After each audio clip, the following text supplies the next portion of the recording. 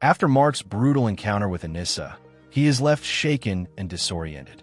A kind farmer notices his battered state and offers him a pair of overalls to cover himself. With no time to process what had just happened, Mark takes off and heads straight to the Pentagon, descending beneath its structure to report to Cecil Stedman. Once inside, he recounts his ordeal and the shocking events leading up to this moment. To confirm his identity, Cecil asks if he is in the correct dimension, and Mark verifies it by detailing the events he has already experienced. Though the story is hard to believe, Cecil trusts Mark but remains skeptical about one of his claims, Rex showing no signs of attempting to take over the planet.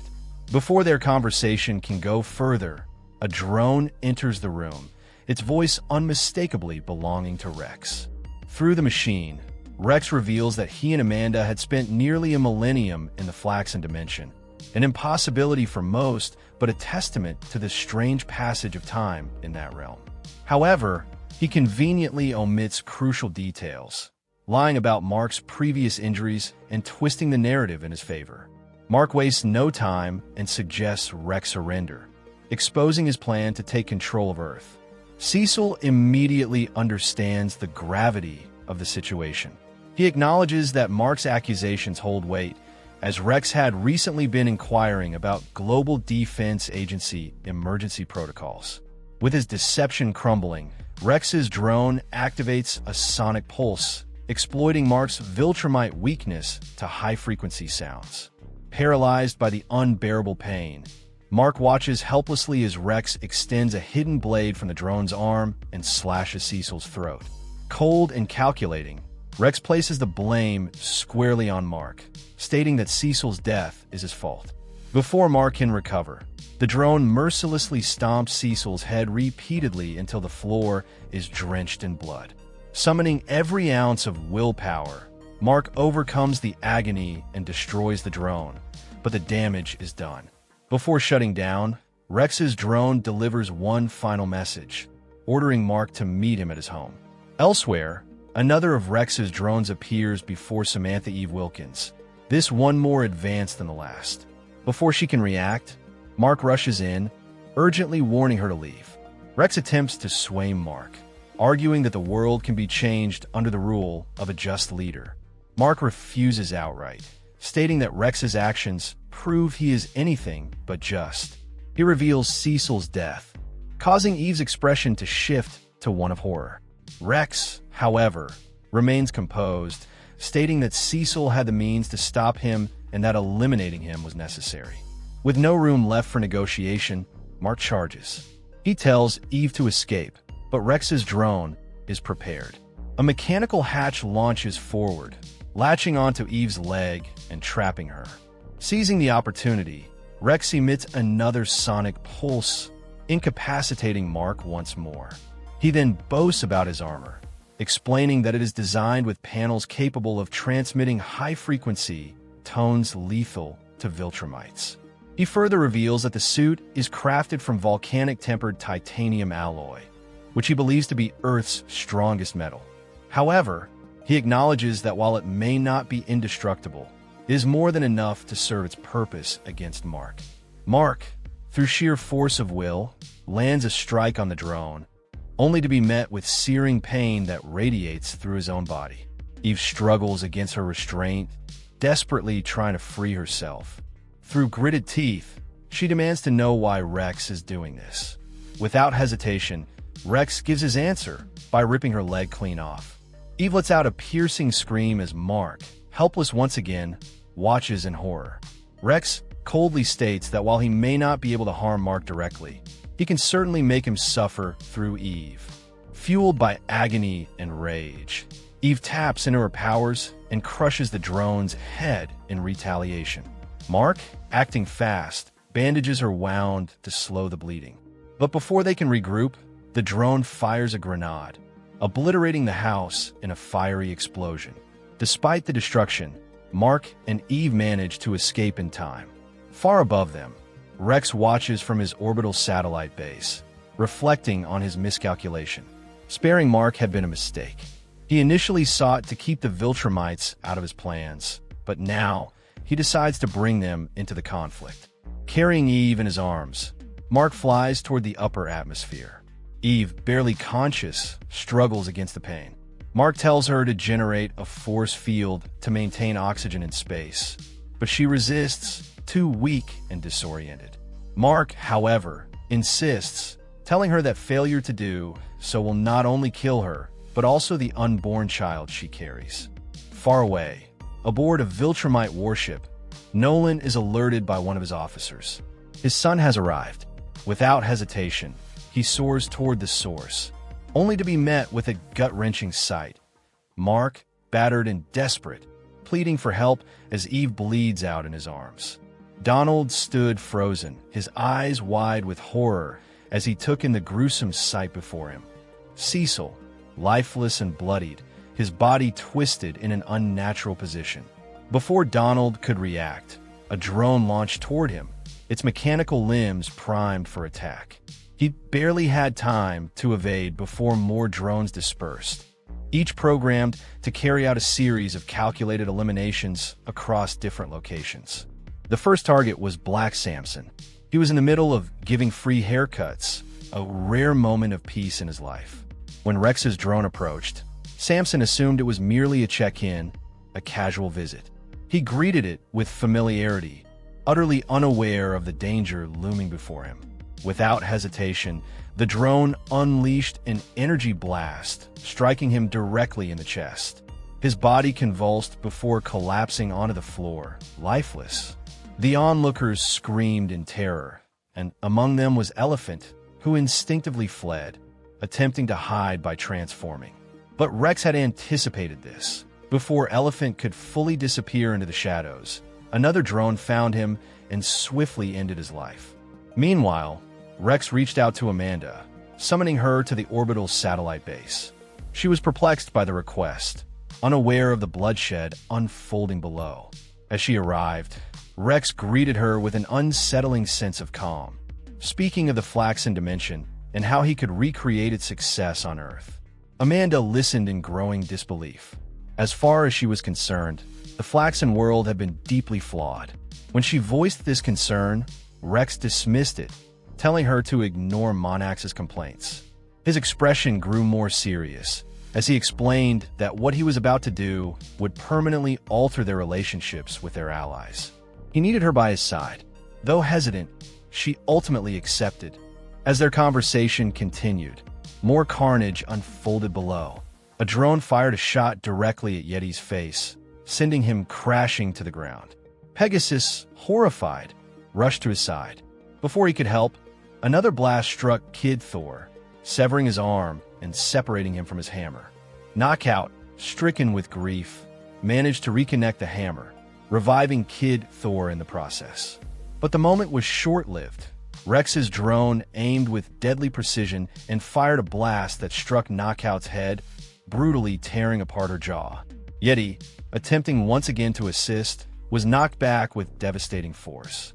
Kid Thor, fueled by rage, swung his hammer with all his might, shattering the drone. But the explosion that followed was massive, obliterating Kid Thor entirely, his life force-bound to his weapon. Pegasus, seeing no other option, grabbed Yeti and barely escaped the destruction. Rex's rampage continued as he turned his sights on Shapesmith. The shapeshifter, once loyal to Rex, was now utterly defenseless against the betrayal. With tears in his eyes, he pleaded, struggling to comprehend why his friend had turned against him. Rex's expression remained cold, devoid of remorse. "It's nothing personal," he stated before crushing Shapesmith's core, extinguishing his life in an instant. Meanwhile, Donald, reeling from Cecil's murder, took his stand. Unleashing the invincible Reaniman, he fought valiantly, knowing that stopping Rex was now his sole mission. But Rex, always prepared, had anticipated such resistance. Utilizing a hydrogen bomb similar to the one Dinosaurus had once used on Las Vegas, he detonated it inside his drone. The explosion consumed the Pentagon in a fiery inferno. As the dust settled, only one piece of Donald remained, his cybernetic head. Detached from his body, it flew off just in time to escape total vaporization. As the chaos unfolded, Best Tiger, a master of stealth, had infiltrated the orbital base unnoticed. He observed the carnage from the shadows, calculating his next move. But before he could strike, Amanda appeared, blocking his path. She had chosen Rex's side. Best Tiger, shocked, had not expected this betrayal. Realizing he was outnumbered, he vanished into the shadows once more. Rex, watching him escape, chose not to pursue. "Let him go," he said calmly. Amanda's doubts, however, had begun to grow. She finally realized the full scope of Rex's plan, and the truth Monax had tried to reveal.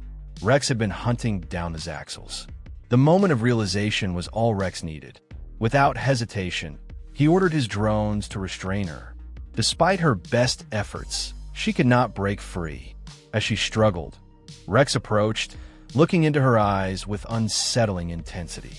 "You betrayed me first," he murmured before pressing his lips to hers in a twisted declaration of love. And then, he made his final move. His drones lifted Amanda from the ground, carrying her toward the airlock. She screamed, struggling against their grip, but it was futile. As the airlock door opened, the vacuum of space loomed before her. With one final, merciless command, Rex's drones launched her into the abyss, leaving her to suffocate in the cold, endless void. Rex's drone launches a surprise attack on Brit's home, sending a barrage of energy blasts in an attempt to eliminate one of Earth's strongest defenders. Amidst the chaos, Brit quickly ensures his wife, Jessica, is secured inside an evacuation pod, prioritizing her safety above all else. As the blasts rain down, Brit stands his ground, his invulnerable body unaffected by the assault. Recognizing the futility of a direct attack, Rex's drone attempts a different approach, urging Brit to surrender. However, any hope of diplomacy shatters when Brit realizes the threat extended to his family. Furious, Brit takes drastic action. He swiftly places his son, Brit Jr., inside one of Rex's jet boots. Since the child has inherited his father's invulnerability, Brit uses the propulsion system to launch the boot directly at the drone. With exhilaration and an innocent sense of joy, Junior tears through the mechanical construct, utterly demolishing it from within. Brit retrieves his son and departs for a secure location, aware that this victory is only temporary. Meanwhile, Rex, observing the failure, seethes with frustration. He should have sent more drones. Far above Earth, Amanda drifts helplessly in space, struggling for air as unconsciousness begins to take hold. Just before it is too late, she is rescued by Anissa, who carries her to the Viltrumite warship. On board, Mark, still recovering from his injuries, is woken by Sherry, who brings life-altering news. Eve has given birth to their daughter. Overwhelmed with emotion, Mark is handed his newborn child and immediately breaks into tears. Sherry reassures him that Eve is still in surgery, and though her life is not in immediate danger, she has suffered permanent damage. Without the accelerated healing factor possessed by Viltrumites, she will never regain her lost leg. Mark, prioritizing Eve's survival above all else, can only express his gratitude that she is still alive. As Mark gazes upon his daughter, he whispers about the difficult life ahead of her, acknowledging the struggles she will inevitably face. Sherry interrupts, informing him that Eve's surgery is complete. Mark rushes to her side, and together, they marvel at their child. As he attempts to apologize, Eve reaches for him, but he instinctively recoils, surprising her. When she questions whether he is angry with her, he dismisses the idea but remains visibly shaken. Before Eve can press further, Mark is called away to speak with his father. Nolan informs him of Amanda's condition, revealing that her brain has suffered damage due to prolonged oxygen deprivation in space. However, there may still be hope. Her monster form's regenerative abilities could potentially be enhanced. Mark, visibly distressed, demands to know how long she has been unconscious.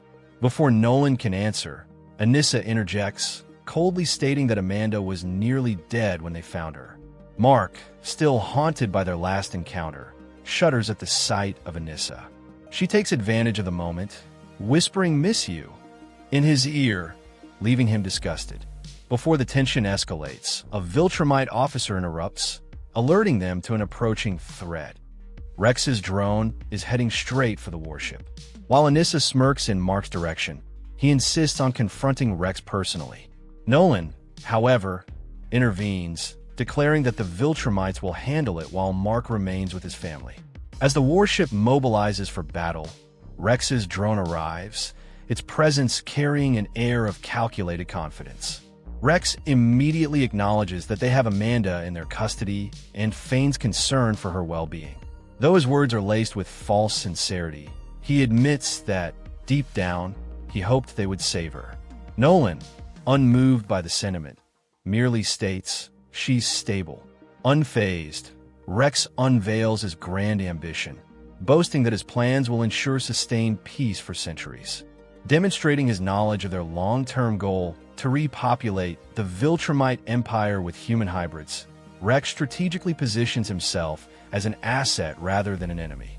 Mid-sentence, however, he becomes momentarily distracted by another matter on Earth, prompting a confused glance from Craig in Nolan's direction. Meanwhile, back on Earth, Rex has escalated his violent campaign.